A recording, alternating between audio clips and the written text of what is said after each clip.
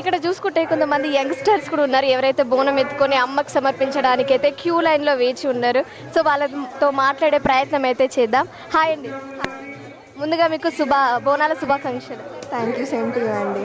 So ఏం చదువుతున్నారు? నేను ఇప్పుడు ఎంబీఏ ఫస్ట్ ఇయర్ అండి.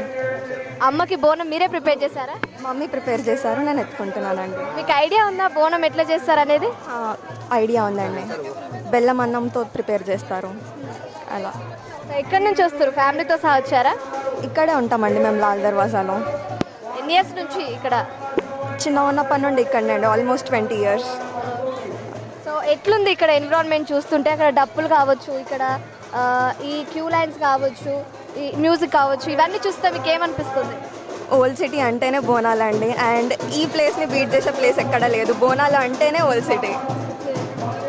సో ఇప్పుడు ఏర్పాట్లు ఎలా ఉన్నాయి? అంటే ఓకే, మీకు కంఫర్ట్గా ఉందా ఈ క్యూ లైన్లో వెళ్ళేది? ఏమైనా ఇబ్బందికరంగా ఉందా? ప్రజెంట్ అయితే కంఫర్టబుల్గానే ఉంది. అండ్ పోలీస్ హెల్ప్తోనే చాలా బాగుంది.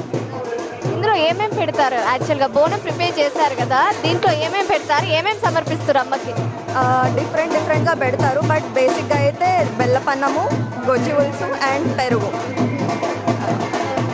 రైట్, చూసారు కదా, ఇక్కడ యంగ్స్టర్స్ కూడా అమ్మవారికి బోనం సమర్పించేందుకైతే వచ్చేసారు.